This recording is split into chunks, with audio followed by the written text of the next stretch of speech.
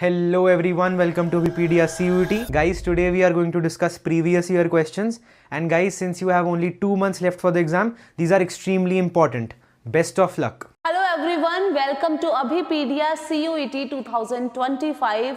So if you are preparing for CUET 2025, this is the right platform for you. I, Sapna Yadav, your English teacher, I'm going to discuss the strategy, किस तरह से हम exam को लेके strategy तैयार करेंगे, एक सटीक हम स्ट्रेटेजी और मटेरियल के साथ एग्जाम को क्लियर करने वाले हैं। आपके पास बहुत ही कम टाइम होगा, ये आप भी जानते हो, क्योंकि आपके एग्जाम के साथ साथ ही आपको इसकी भी थोड़ी सी तैयारी करनी पड़ेगी।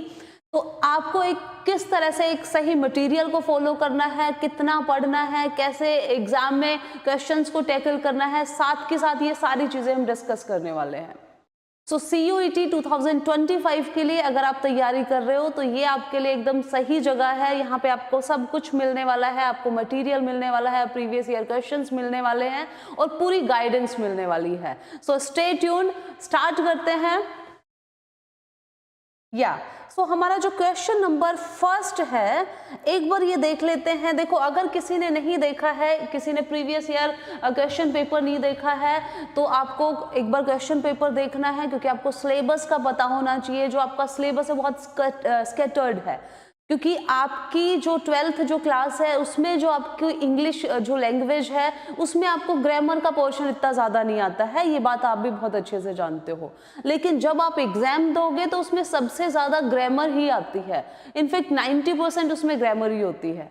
क्लियर? तो ये थोड़ा सा आपके लिए चैलेंज हो सकता है, क्योंकि अभी आप एग्जाम के लिए तैयारी कर रहे होंगे, उसके बाद फिर आपने CUET के लिए एग्जाम में अपीयर होना है, तो इन सारी चीज़ों का ध्यान रखना है।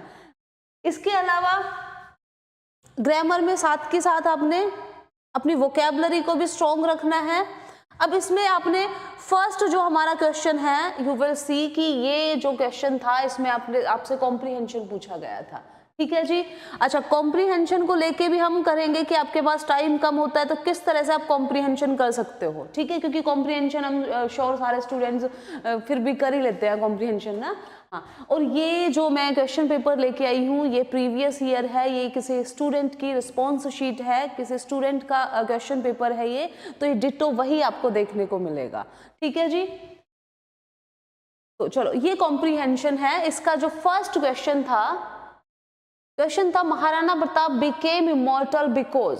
अब हमने सबसे पहले क्वेश्चन से स्टार्ट किया। आपने भी एग्जाम में ऐसे ही करना है, जब भी आपने कॉम्प्रीहेंशन करना है, आपको पता है कि टाइम कंज्यूमिंग होते हैं, कुछ कॉम्प्रीहेंशन बड़े होते हैं, आपने सबसे पहले क्वेश्चन से गो थ्रू करना है। ठीक है जी, first go through the question. अब आपने क्वेश्चन पढ़ा, अच्छा Maharana Pratap became immortal because. Okay, आपको आइडिया हो गया, अच्छा महाराणा प्रताप के बारे में बात हो रही है और पूछा जा रहा है कि वो इमॉर्टल कैसे हो गया। अब आप क्या करोगे, अब आप पैसेज को पढ़ोगे अच्छे से। ठीक है जी, हमेशा ये स्ट्रेटेजी फॉलो करनी है। जब भी आप कॉम्प्रीहेंशन करोगे, गो थ्रू द क्वेश्चंस, फटाफट से विद इन फ्यू सेकंड्स आपने क्वेश्चंस को देख लेना है। ठीक है, इसमें मैं आपको सबसे ज्यादा आपको यही सी चीज में एम्फेसाइज करने वाली हूँ कि आपको एग्जाम में क्वेश्चंस को टैकल कैसे करना है। अगर आपने सारा कुछ नहीं भी पढ़ा है फिर भी आप कैसे एग्जाम को क्लियर कर सकते हो। क्लियर? तो अब हम कॉम्प्रीहेंशन को रीड करते हैं। कॉम्प्रीहेंशन है कि Maharana Pratap ruled over Mewar only for 25 years.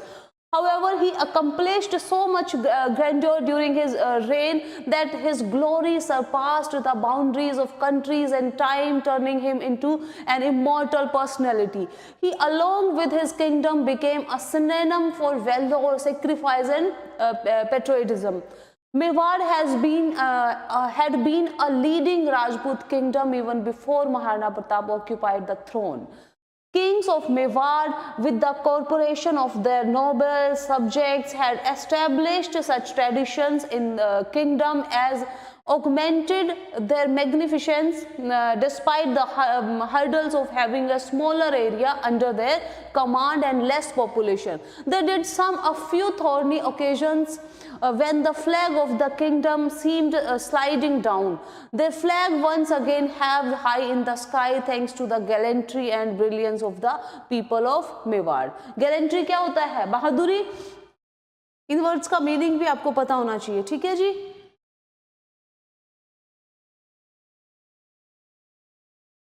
उसके बाद the destiny of Mewar was good in the sense that bearing a few kings, most of the rulers were competent and patriotic. This glorious tradition of the kingdom almost continued for 15 years since its establishment, right from the region of Bappa Rawal.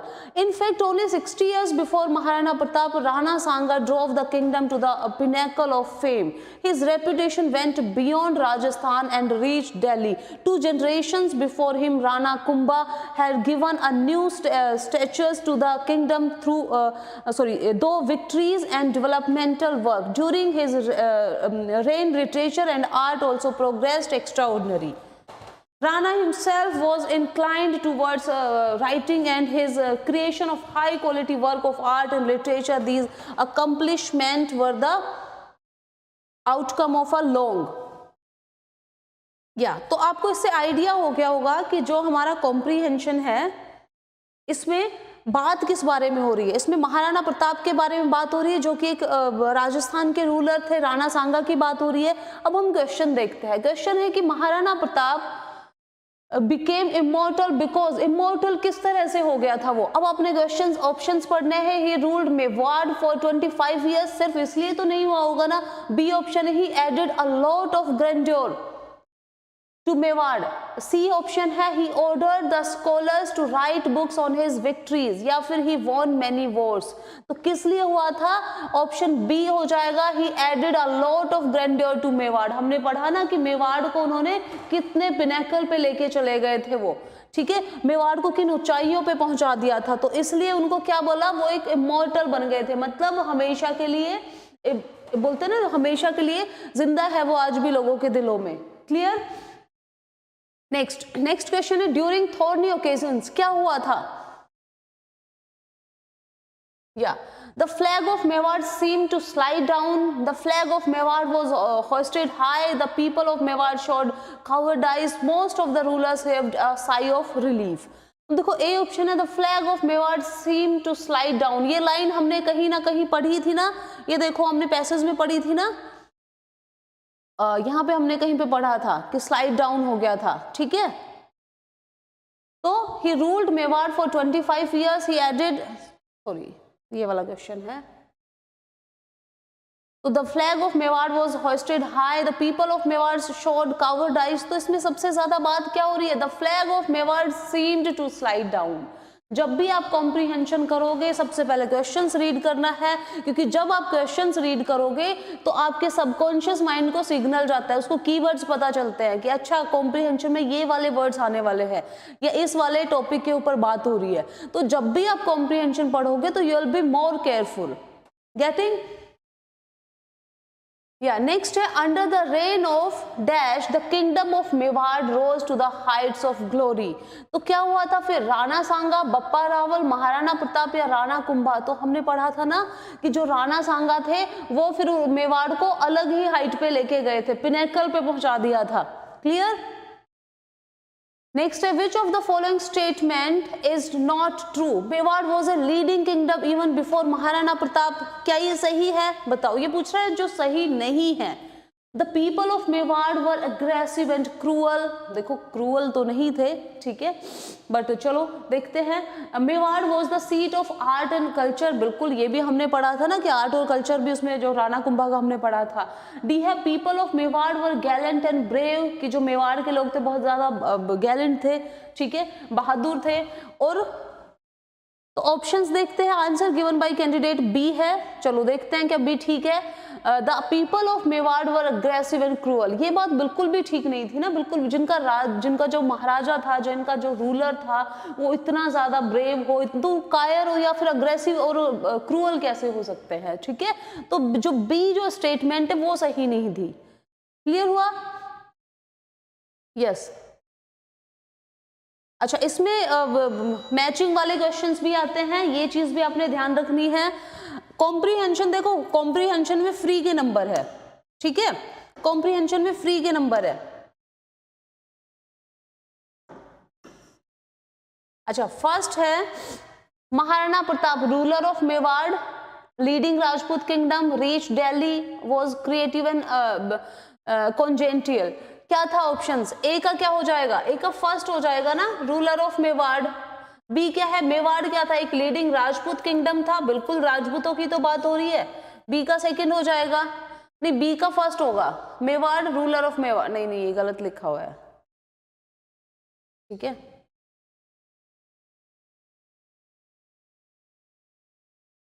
ए का भी 1 है, B का भी 1 है, सी का भी 1 है। Okay, D है reputation of Mewar, reach Delhi was creative, तो रीच दिल्ली हुआ ना। Ambience of Mewar was creative and congenial, तो ये हो जाएगा, सबका यही हो जाएगा। फर्स्ट ए का फर्स्ट, बी का सेकंड, सी का थर्ड एंड डी का फोर्थ, या ठीक है। तो ये करेक्ट आंसर हो जाएगा। ये है कहीं पे, ये मुझे लग रहा है तो कुछ टाइपिंग मिस्टेक हुआ है, ठीक है। यस, तो ये हमारा करेक्ट आंसर हो जाएगा। अब नेक्स्ट है, अब यहाँ पे आपने थोड़ा और ज़्यादा अटेंटिव हो जाना है, क्योंकि कॉम्प्रिहेंशन तो आप कर ही लोगे, कॉम्प्रिहेंशन तो आपको स्कूल टाइम में भी आते हैं, है ना, तो कॉम्प्रिहेंशन तो आप कर ही लोगे। अब यहाँ पे आपने you have to be careful, क्योंकि इससे आपको ये आइडिया हो जाएगा कि किस तरह के क्वेश्चंस आते हैं और किस तरह से आपने इनको टैकल करना है। मैं ये नहीं बोल रही कि आप सारा पढ़ डालो, मैं, क्योंकि आपके पास टाइम ही नहीं होगा इतना, ठीक है। लेकिन जिस तरह से अगर एक सही स्ट्रेटेजी के साथ चलोगे तो आपका एग्जाम बहुत अच्छे से क्लियर हो सकता है, बहुत अच्छे मार्क्स आपको आ सकते हैं।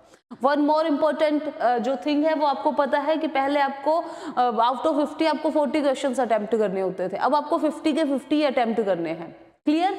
या तो फर्स्ट है प्लेस वेयर पीपल गैम्बल, क्या बोलते हैं? वन वर्ड सब्स्टिट्यूशन है, ये वन वर्ड से क्वेश्चन आया है कि जहां पे लोग गेम खेलते हैं उस जगह को क्या बोला जाता है? एक्वेनम, अम्यूजमेंट पार्क, रेल यार्ड या कसिनो। तो ये सबको आंसर मिल गया होगा, इसको हम क्या बोलेंगे? एक्वेनम तो नहीं होगा, अम्यूजमेंट पार्क भी नहीं होता है, ठीक है, रेल यार्ड भी नहीं होगा, तो क्या होगा? कसिनो सुना भी होगा ना, मूवीज वगैरह में भी देखते हो कितना, तो कसिनो बोलते हैं जहाँ पे गैम्बलिंग करते हैं लोग, गैम्बलिंग करते हैं उसको हम क्या बोलेंगे? कसिनो बोलेंगे। बहुत इजी था, यस। नेक्स्ट है choose the one word which can be substituted for the given sentence. Release of a prisoner from jail on certain terms and conditions, एक स्पेसिफिक टर्म्स या कंडीशन के साथ जब उसको जेल से बाहर भेजा जाता है तो उसके लिए क्या टर्म यूज की जाती है, ये पूछा था। ऑप्शन है पैरोल, पार्ले, पार्डन, एक्विटल।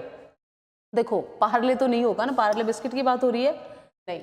अच्छा, पार्डन भी नहीं होगा, पार्डन का मतलब हो गया कि माफी कर दिया, उसको छोड़ ही दिया। एक्विटल क्या होता है? एक्विटल होता है बच निकलना, ठीक है। तो पैरोल वर्ड तो आपने कितनी बार सुना भी होगा ना, तो करेक्ट क्या हो जाएगा? पैरोल हो जाएगा, ठीक है। इस तरह से आप एलिमिनेट भी कर सकते हो। आपको पता है ये ऐसे नहीं होना चाहिए, पार्ले नहीं होना चाहिए, पार्डन नहीं होगा, क्योंकि यहाँ पे लिखा हुआ है कि कुछ सर्टेन टर्म्स एंड कंडीशन होती है, ठीक है। Okay, let's move ahead. Next है someone who is too strong to be defeated. अच्छा, जो इतना ज्यादा स्ट्रॉन्ग है जिसको हम हरा ही नहीं सकते, उसको हम क्या बोलेंगे? ऑप्शन है इनविजिबल, इनविंसिबल, इमिग्रांट या इलिटरेट। तो इन सब का अगर आपको मीनिंग पता है या 2-3 का भी मीनिंग पता है तो you can easily find out the answer. Clear है? अच्छा, इनविजिबल क्या होता है? इनविजिबल मैन, है ना, एक वो स्टोरी भी थी ना आपकी बुक में थी, इंग्लिश की किताब में थी, इनविजिबल मैन। क्या होता है इनविजिबल? जिसको देख ही नहीं सकते हैं। तो ये तो नहीं होगा ना, हटा देते हैं इसको, क्योंकि ये पूछ रहा है जो बहुत स्ट्रॉन्ग है, जिसको हराना मुश्किल ही नहीं नामुमकिन है, ठीक है, उसको बोलेंगे। बी है इनविंसिबल। इनविंसिबल क्या होता है? कईयों की टी शर्ट पे भी लिखा होता है इनविंसिबल, मतलब जिसको हराया ना जा सके, जिसको कोई भी नहीं डिफीट कर सकता, उसको क्या बोलेंगे? इनविंसिबल बोलेंगे, ठीक है। तो हमारा आंसर हमें मिल गया है, बट इनको भी देख लेते हैं। इमिग्रांट क्या होता है? एक एमिग्रांट होता है, एक इमिग्रांट होता है, जो दूसरे देश में जाता है, दूसरे देश से इधर आता है, ये भी नहीं होगा। इलिटरेट क्या होता है? जो पढ़ा लिखा ही नहीं है। क्लियर? तो हमारा आंसर क्या है? इनविंसिबल, ठीक है। इतना ही टाइम आपने एग्जाम में लगाना है, इससे भी कम लगाना है इनफैक्ट। अच्छा, नेक्स्ट क्वेश्चन है choose one alternative which can B substituted for given words. अच्छा, वन वर्ड सब्स्टिट्यूशंस के बहुत सारे क्वेश्चंस आते हैं, तो थोड़े थोड़े पढ़ते रहना, अदरवाइज हम एक सीरीज लेके आएंगे जिसमें to the point previous year या जितने भी क्वेश्चंस हैं वन वर्ड से रिलेटेड, मैं एक ही वीडियो में आपको सारे करवा दूंगी, ठीक है। ऑप्शन है वेरी हो गया, एक्वेरियम हो गया, हाउस हो गया, मोनेस्ट्री हो गया। अब आपको घर का पता है, घर में चलो ठीक है घर वाले बोल देते हैं ना, हमें बर्ड्स तो नहीं बोलते, जानवर बोल देते हैं, तो घर तो नहीं होगा ना, हाउस तो नहीं होगा। यहाँ पे पूछा गया place where birds are kept, जहाँ पे पक्षियों को रखा जाता है उस जगह को क्या बोलते हैं। मान लो आपको नहीं पता क्या बोलते हैं, लेकिन आपको बाकियों का मीनिंग तो पता है ना, तो इस तरह से आप एलिमिनेट कर सकते हो। आपने देखा हाउस तो नहीं होगा, आपने देखा मोनेस्ट्री भी नहीं होगा, क्योंकि monastery, I am sure you must have heard this word. Monastery क्या होता है, जहाँ पे मॉन्क्स रहते हैं, तो ये भी नहीं होगा। अच्छा एक्वेरियम क्या होता है, भाई सब कईयों ने घर में भी रखे होते हैं। एक्वेरियम क्या होता है, जहाँ पे मछलियां रहती है, जहाँ पे फिशेस रहती है, उसको क्या बोलते हैं, एक्वेरियम। तो ये भी आपके हिसाब से नहीं था। ऑप्शन क्या बचा, एवियरी, गो फॉर इट। समझ में आया, तो ये हमारा सही आंसर हो जाएगा। इस तरह से आप कर सकते हो। नेक्स्ट है from the given options choose the one that is spelled correctly. अच्छा स्पेल्ड करेक्टली पूछा गया है, सही तरह से जिसको स्पेल्ड किया गया है वो कौन सा वर्ड है, इनॉर्मस, इनॉर्मस, एनॉर्मस, इनॉर्मस। तो आपको पता है ई नहीं है, ये तो ए से तो स्टार्ट ही नहीं होता है, इनॉर्मस है ये, तो करेक्ट क्या हो जाएगा, इनॉर्मस हो जाएगा। Go for it. Clear, let's move. Next है इट वॉज अ चैलेंज है ये, it was a challenge to dash a response from the prisoner। illicit बोलेंगे, illicit बोलेंगे, licit बोलेंगे, illicit बोलेंगे। अब देखो पहले अगर मान लो आपको इनमें से नहीं पता मीनिंग, illicit का मीनिंग ही आपको नहीं पता, रीड द सेंटेंस केयरफुली। अपने सेंटेंस को पढ़ना है कि कहना क्या चाह रहा है, मंशा क्या है सेंटेंस की, ठीक है। It was a challenge to dash a response from the prisoner, मतलब प्रिजनर से सच निकलवाना, उससे जवाब लेना बड़ा ही मुश्किल था, कुछ ऐसा ही समथिंग कहना चाह रहा होगा। तो क्या होगा, एलिसिट, इलिसिट, लिसिट या फिर एलिसिट। तो एलिसिट नहीं होगा, ठीक है जी, एलिसिट होता है, ए है इसका करेक्ट आंसर, क्योंकि एलिसिट का मतलब होता है किसी से इंफॉर्मेशन निकलवाना, किसी से सच निकलवाना। तो उसके लिए हम क्या बोलेंगे, एलिसिट हो जाएगा। It was a challenge to elicit, ठीक है जी, elicit a response from the prisoner. अब आपको इस वर्ड के साथ इसका मीनिंग भी पता चल गया, हो सकता है नेक्स्ट एग्जाम में पूछ ले, ठीक है। तो ध्यान से अपने लेक्चर को केयरफुली सुनना है और देखना है। Let's move ahead. Fill the blank with the correctly spelt word। अच्छा correctly spelt word, और यहाँ पे पूछा है the total of his expenditure exceeded his salary। अच्छा बोल रहा है कि total of his expenditure exceeded his salary, मतलब उसकी सैलरी से ज्यादा, या तो उसको हम क्या बोलेंगे, सम है। देखो सम का मतलब क्या होता है, कुछ, ये जो सम है कुछ नहीं होता है, सेम है ये, ठीक है। तो ये तो आप कर सकते हो, आंसर क्या हो जाएगा, SUM। जो सम होता है उसका मतलब होता है टोटल अमाउंट ऑफ मनी, उसको हम सम बोलते हैं, ठीक है ना। मैथ्स में भी हम श्योर आपने पढ़ा होगा, सम बोलेंगे उसको। तो करेक्ट हमारा आंसर क्या हो जाएगा, इसका सी हो जाएगा। क्लियर, सी कौन सा है, या दिस वन, या ठीक है जी, ओके। Let's move ahead.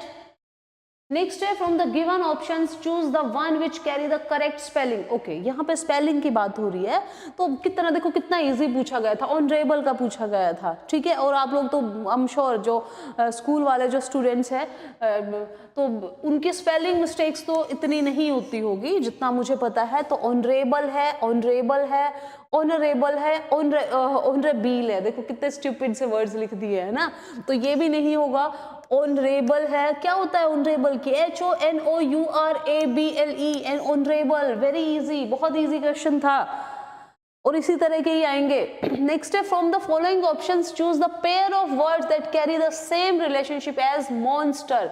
अच्छा अब यहाँ पे थोड़ी सी आपकी लॉजिकल, यहाँ पे पता नहीं रीजनिंग आ गई थी कहाँ से, है ना। तो यहाँ पे पूछा है जो मॉन्स्टर है, बट आपकी वोकैबुलरी भी टेस्ट हो रही है ना। मॉन्स्टर का मतलब क्या होता है, जायंट ही होता है मॉन्स्टर का, उसका सिनोनिम ही हो गया है, ठीक है। तो अब यहाँ पे देखते tiger, leopard, bull, crocodile, Galaxy, garden, hop, anguish. तो क्या हो जाएगा, मॉन्स्टर मतलब जायंट। तो टाइगर और जो लेपर्ड है वो एक ही उसके है ना, एक ही कैटेगरी के है। बुल और क्रोकोडाइल तो नहीं होगा, ठीक है।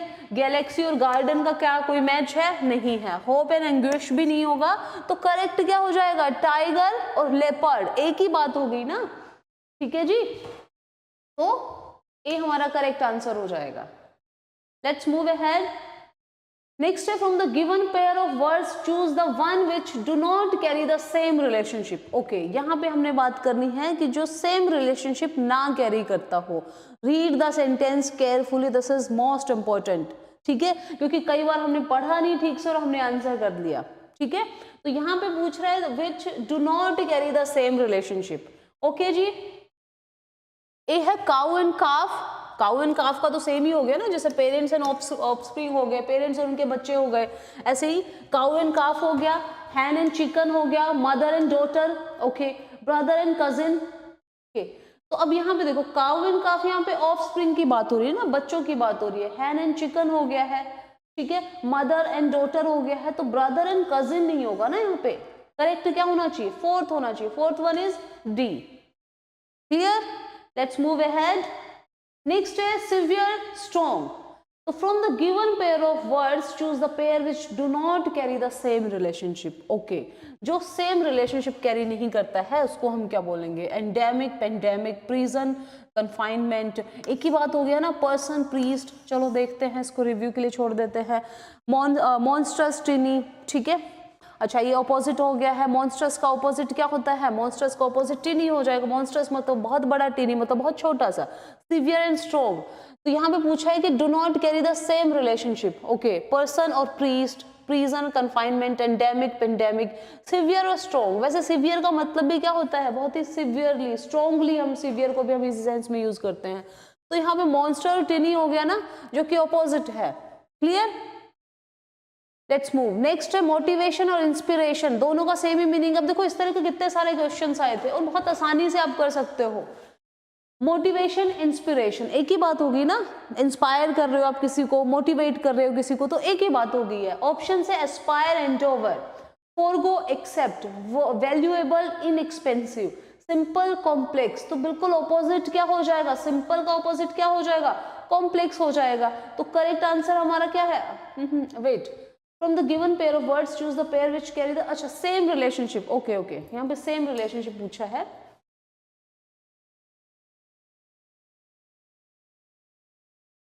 सेम पूछा।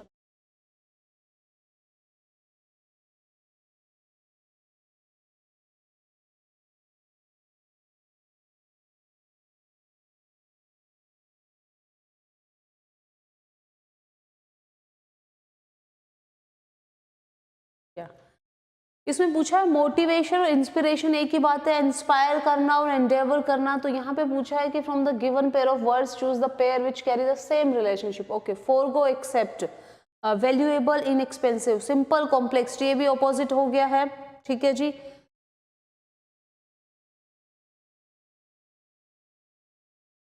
ये ऑपोजिट हो गया है तो मतलब ये नहीं होगा। ठीक है, वैल्यूएबल, इनएक्सपेंसिव, ये भी नहीं होगा। फोरगो और एक्सेप्ट भी नहीं होगा। तो एस्पायर एंड एंडेवर एक ही बात हो गई है, जैसे मोटिवेशन और इंस्पिरेशन होता है। ठीक है, मुझे लगा था ऑपोजिट करना है, तो ए हो जाएगा इसका करेक्ट। ठीक है जी, नेक्स्ट है rearrange the given words to form meaningful sentence. Meaningful sentence form करना है, इस तरह के आपको बहुत सारे क्वेश्चंस देखने को मिलेंगे। तो ये भी बहुत इजी है। The thief, the dog barked at. ठीक है, तो करेक्ट क्या हो जाएगा? The dog barked at the thief. तो द डॉग कौन से ऑप्शन में है? पहले क्या हो जाएगा? The dog, B. ठीक है जी, बी सी डी ए, ये हो गया बी, ये ए है, ये सी है और ये डी है। तो बी सी डी ए कौन सा है? B C D A third, correct. ठीक है, the dog barked at the thief. Next है रीअरेंज करना था, इसमें भी is greener the grass other side on the. ठीक है, तो grass is greener on the other side. ठीक है जी, तो the grass is greener on the other side. B, A, D और सी। तो करेक्ट हो जाएगा the grass is greener on the other side. तो कौन सा आंसर है ये? बी, सी, बी ए। बी ए कौन से वाले में है? थर्ड में है, करेक्ट। नेक्स्ट है रीअरेंज द गिवन पार्ट्स। यहाँ पे भी रीअरेंज के काफी क्वेश्चंस आए हुए थे, रीअरेंज के। ठीक है, तो ये 2024 का ही क्वेश्चन पेपर है। तो the quick brown jumped fox over the cat. तो किसने जंप किया? Okay, let's see. तो सबसे पहले एडजेक्टिव इसमें कहीं पे गिवन था,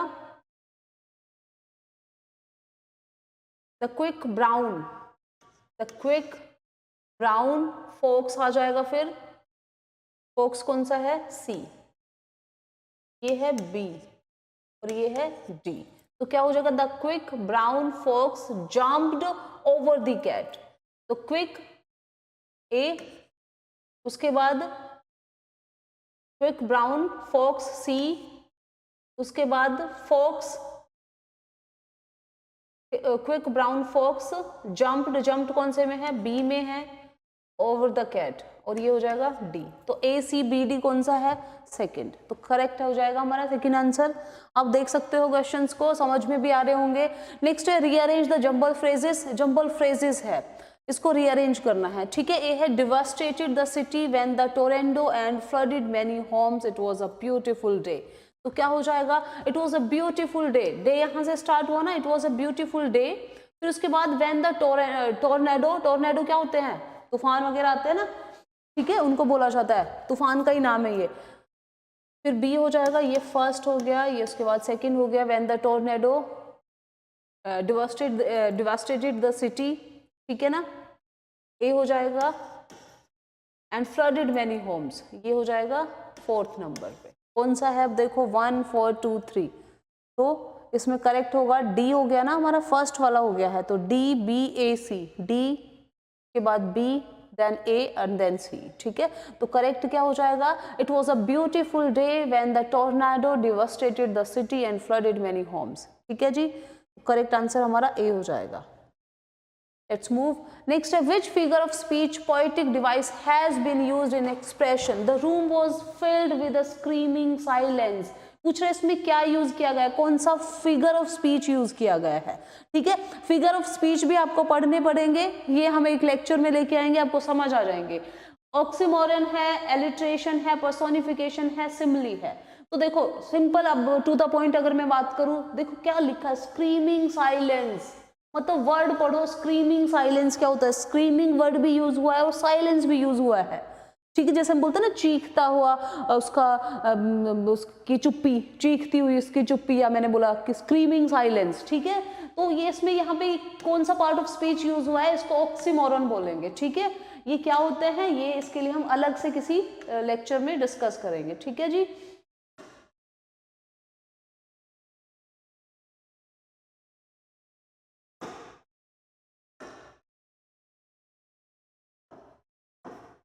तो करेक्ट ऑक्सीमोरन हो जाएगा। नेक्स्ट है select the option which has onomatopoeia in it.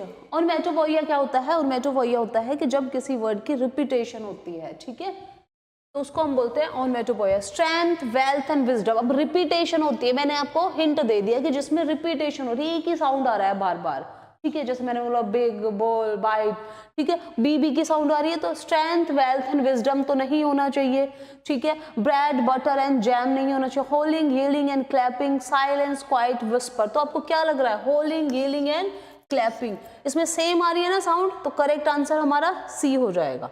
Let's move ahead. Next, mount Everest is the mother of all hills. यहाँ पे भी अगेन पूछा गया है कि कौन सा फिगर ऑफ स्पीच यूज हुआ है, ठीक है। इस तरह के क्वेश्चंस आपको बहुत देखने को मिलेंगे कि कौन सा फिगर ऑफ स्पीच यूज हुआ है, कौन सा पार्ट ऑफ स्पीच यूज हुआ है।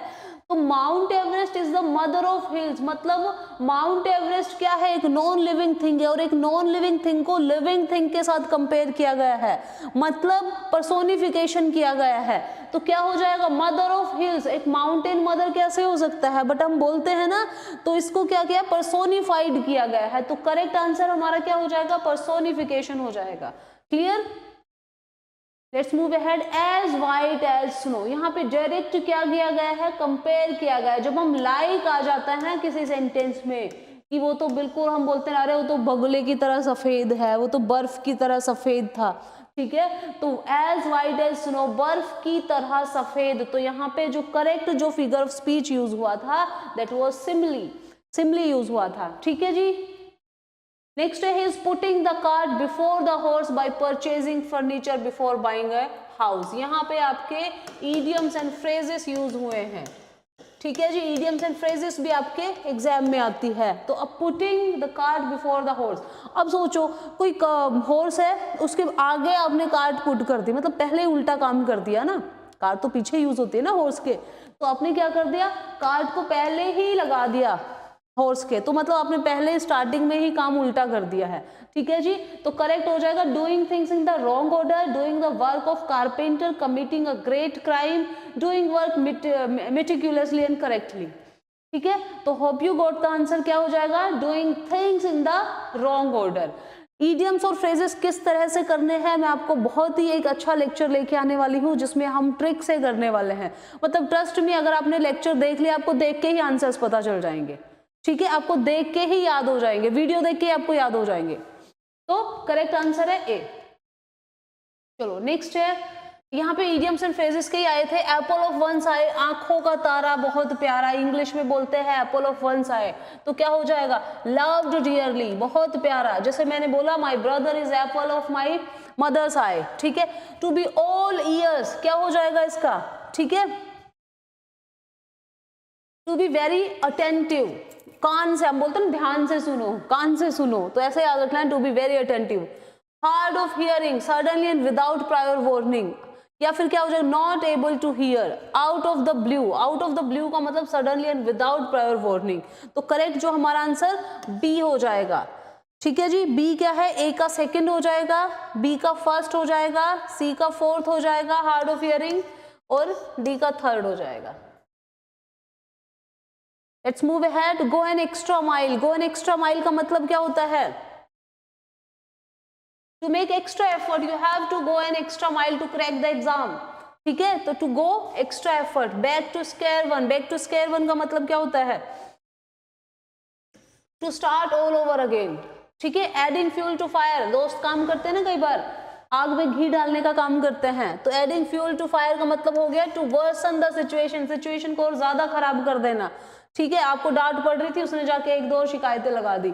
ठीक है, rags to riches, rags to riches का मतलब हुआ टू गेन सडन वेल्थ।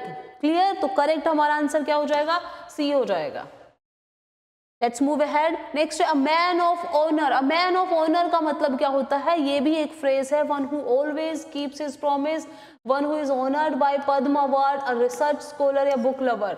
जो लिखा होता है उससे रिलेटेड आंसर नहीं होगा फ्रेजेस में, याद रखना। तो man who is honoured bye Padma award नहीं, रिसर्च स्कॉलर भी नहीं होगा, बुक लवर भी नहीं होगा, तो करेक्ट आंसर क्या हो जाएगा, one who always keeps his promise. बोलते रहे अरे he is a man of honour, मतलब ये अपनी जबान का पक्का है, इसने जो बोल दिया ये उसको निभाएगा। ठीक है, तो हम बोलेंगे मैन ऑफ ऑनर। ठीक है, जैसे बोलते हैं ना, श्री राम भगवान को बोला जाता था मैन ऑफ ऑनर, एक बार वचन दे दिए, सुना भी होगा ना, रघुपति रीत सदा चली आई, जान जाए पर वचन न जाए। ठीक है, बस वही याद रख लेना, मैन ऑफ ऑनर। ठीक है, इनक्रेडिबल क्या होता है, इनक्रेडिबल हम बोलते हैं ना, कितनी बार बोलते हैं, ह्यूज नहीं होगा, डिस्गस्टिंग नहीं होगा, शॉकिंग नहीं होगा, क्या होता है इनक्रेडिबल, रिमार्केबल। तो करेक्ट आंसर हमारा 4 हो जाएगा। Next pick a word which means the same as sometimes. ठीक है, ये है sumptuous, sumptuous, I'm so sorry, sumptuous। तो sumptuous का मतलब होता है lavish, lavish का मतलब क्या होता है, जो इंसान बहुत ज्यादा रिच हो, अमीर हो, अमीरी से पैसे खर्च करता है, उसको हम lavish बोलेंगे। हॉरिबल नहीं होगा, वेजिटेबल नहीं होगा, ट्रैफिक नहीं होगा, lavish हो जाएगा। ठीक है, नेक्स्ट है pick a word that means the same as legible. Legible का मतलब क्या होता है, जिसको रीड किया जा सके, उसको लेजिबल बोलेंगे। तो करेक्ट आंसर हमारा क्या हो जाएगा, रीडेबल हो जाएगा। प्रेज वर्दी नहीं होगा, एडिबल हो जाएगा, जिसको हम खा सकते हैं, ईटेबल है। वॉशेबल होगा, जिसको धो सकते हैं, तो ये भी नहीं होगा, ये भी नहीं होगा, तो करेक्ट हमारा ए हो जाएगा। क्लियर, नेक्स्ट है pick a word that has a similar meaning to intricate. Intricate का मतलब क्या होता है, डिटेल्ड, स्पोर्टिंग, हम्बल, ऑर्डिनरी। देखो वैसे तो इंट्रिकेट का मतलब क्या होता है, बहुत सारी चीजों को जोड़ना, उस सेंस में हम इंट्रिकेट बोल देते हैं। तो यहाँ पे जो स्पोर्टिंग नहीं होगा, हम्बल नहीं होगा, ऑर्डिनरी नहीं होगा, डिटेल्ड होगा। क्लियर, नेक्स्ट है डिजास्टर। डिजास्टर का क्या पूछा था, ऑपोजिट पूछा था, तो ऑपोजिट क्या हो जाएगा, डिजास्टर। मिसफॉर्च्यून भी इसका सिनोनिम हो गया है। एम्बिवेलेंट क्या हो जाएगा, जो इंसान बहुत काइंड है उसको हम एम्बिवेलेंट बोलेंगे, ये भी नहीं होगा। प्रोस्पेरिटी क्या हो जाएगा, प्रोस्पेरिटी इसका ऑपोजिट हो जाएगा, तो third will be the correct answer, communication नहीं होगा। क्लियर है जी। नेक्स्ट है यूलॉजी। यूलॉजी का मतलब ही होता है किसी की प्रेज करना या किसी की प्रेज में कुछ लिख देना, उसको हम यूलॉजी बोलते हैं। ऑप्शंस है इमेजिन हो गया, कंडेम हो गया, कंडेम नहीं होगा, कंडेम का मतलब होता है किसी को क्रिटिसाइज करना, किसी की आलोचना करना। थर्ड ऑप्शन है प्रेज, तो हमारा आंसर हमें मिल गया है, third will be the correct answer. Clear है जी। चलो so that's all for today. अगर आपने और ज़्यादा क्वेश्चंस करने हैं और क्वेश्चंस को अटेम्प्ट करना है, if you are assiduous towards your goal, तो आपको लिंक में नीचे लिंक मिल जाएगा, उस पर और क्वेश्चंस अटेम्प्ट कर सकते हो, टेस्ट सीरीज ज्वाइन कर सकते हो, जो आपको बहुत हेल्प करने वाली है। तो thank you so much, have a good day ahead. Thank you guys for watching it till the end. Do check out the link in the description for more content on CUET UG 2025. Best of luck.